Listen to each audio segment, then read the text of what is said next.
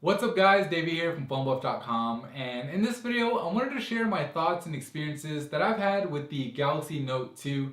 Now, I've been using this phone as my daily driver for, well, basically since October when it first came out in the US, and that alone should tell you what my overall opinion of the phone is, especially when you consider how many phones I get to work and play with on a daily basis in this line of work.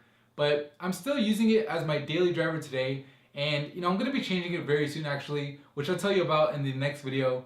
But for now, I want to share with you guys, what it's been like for me living with the Galaxy Note 2. So let's go ahead and get right into it.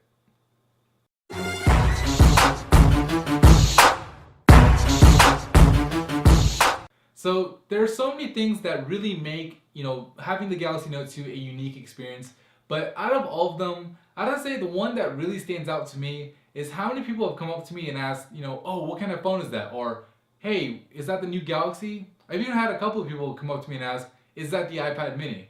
Now, regardless of what people ask me, the thing is, people are really curious about the phone. I mean, I've never had a phone get so much attention, and for those of you guys who are a little bit shy, I think it could be a good conversation starter. But obviously, the phone gets so much attention because the thing is huge. I mean, this is one big phone. Now, for some people, that alone could be a deal breaker. In fact, I've heard a lot of people say, oh, I could never use a phone that big. I like it, but it's just too big. And I can see why some people would say that. For example, if you have smaller hands, it could be an issue. I mean, it is a big phone, and reaching across the screen can be really, really hard.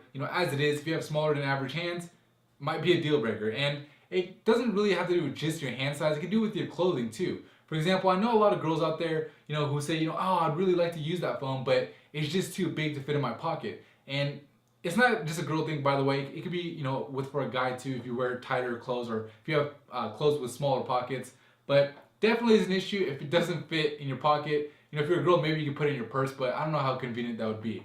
But if the size isn't an issue for you, or if you could just get over it, which I'm telling you, once you use the phone for about a week or two, you really do start getting used to it. And when you go back to another phone, the other phones will actually feel small and feel like it's smaller than it should be. But anyways, when people ask me, why I use the Note 2 over all the other smartphones that I have, I tell them, two things. Well, yeah, more than two things usually, but two main things. One is the fact that the battery on this thing is amazing. I mean, with the big phone comes a big battery. It's a 3100 milliamp battery, and I don't ever have to worry about this thing dying on me. And with some of my other smartphones, I would either have it die on me or I'd be worried about it dying on me by the end of the night. And with this thing, it can have like 45% battery at 4 o'clock in the afternoon, and I won't really have to worry about it, which, it's really nice. I'm a heavy user, and that's something that I definitely, appreciate in the phone. Now, the second thing is probably the more obvious one, and that's the big screen. I mean, having a big screen like that is really awesome. Obviously, it could be a drawback, but it could be a huge, literally, benefit in the 5.5-inch HD screen. Watching, videos or browsing the web on a screen this big is just, better than anything you could have on, a phone with a smaller screen size. Because this, for example, if you're watching a YouTube video, like this one, for example, and you want to watch it with a friend or a family member, you can just kind of gather around the phone and everybody will be able to see what's going on the screen. Where if you have a smaller screen size, it's a little bit hard.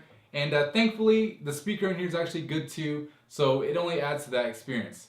Now, besides the battery and the screen size, there's probably a dozen other features that I really like, but if I were to go into them all, the video would be way too long. So the main one I want to cover is TouchWiz. Now, if you follow the channel, you probably, are wondering why I would say that, because I'm generally a fan of the pure Android experience, but I feel like Samsung really added some value with TouchWiz on the Note 2. There's certain features that I really appreciate, and the top ones I'd say is one is the messaging app. The messaging app I really like because it gives you the option to schedule future text messages. So for example, it's really, really great for sending a text message on someone's birthday at midnight.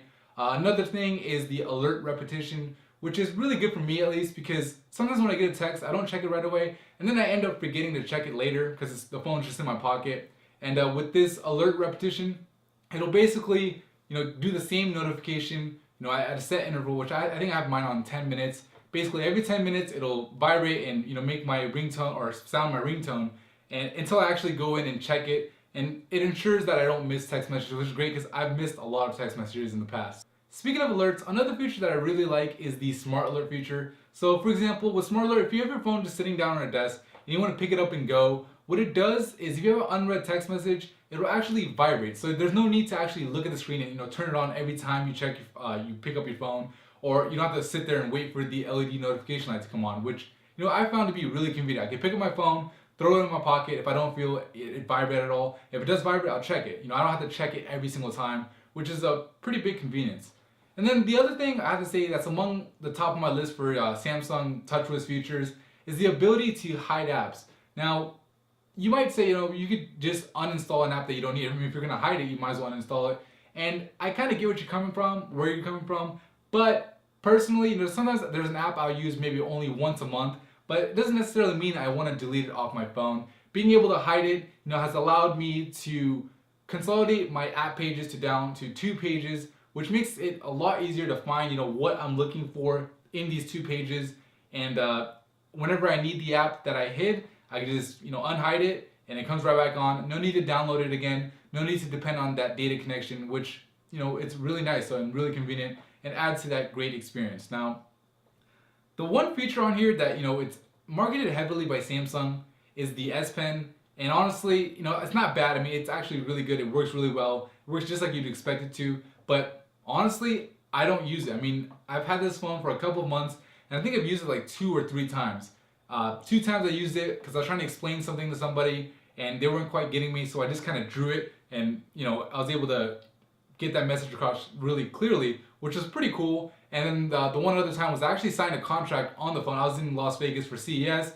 I signed a contract on my phone instead of having to worry about printing it, faxing it, doing it the old school way. Did it all on my phone, pulled the S Pen, did a signature on Acrobat, sent it back via email, and I was done. So really cool. I don't know if that's a feature I'd go out of my way to buy a phone for, but having it doesn't hurt, and the S Pen doesn't get in the way at all. I mean, if you don't want to use the S Pen, you just leave it in there and you'll never even notice it.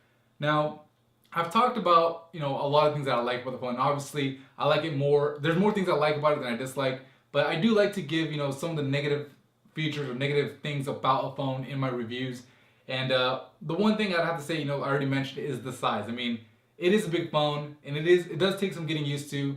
And personally, when I found that when I've used the phone for an extensive amount of time, for like 45 minutes or so or longer, my hands start to get a little bit cramped up. And that might be because I'm on the keyboard all day at work, and might be contributing to that. But I haven't really had it happen with other phones, so definitely something worth mentioning.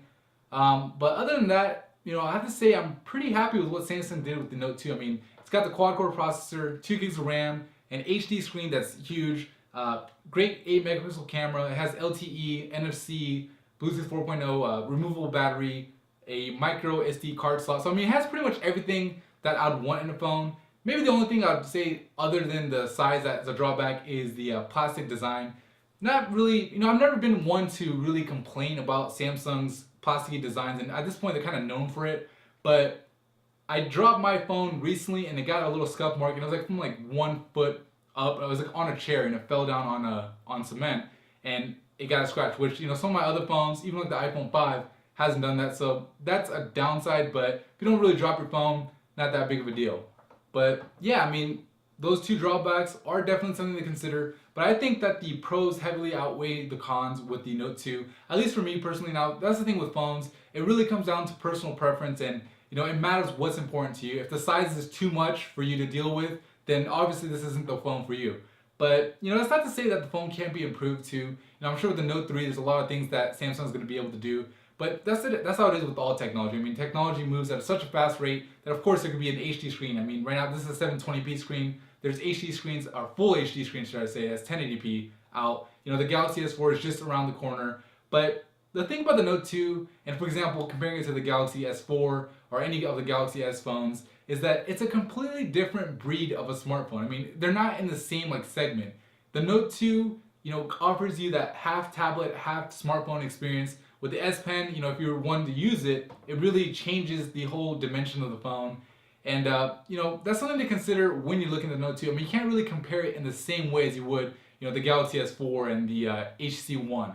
But that's pretty much it for me in this video. If you found it helpful or if you liked it, please give it a thumbs up. It really helps me out a lot. And subscribe to the channel if you haven't already for more mobile technology videos just like this. Alright guys, I'll see you guys in the next video. Thank you for watching.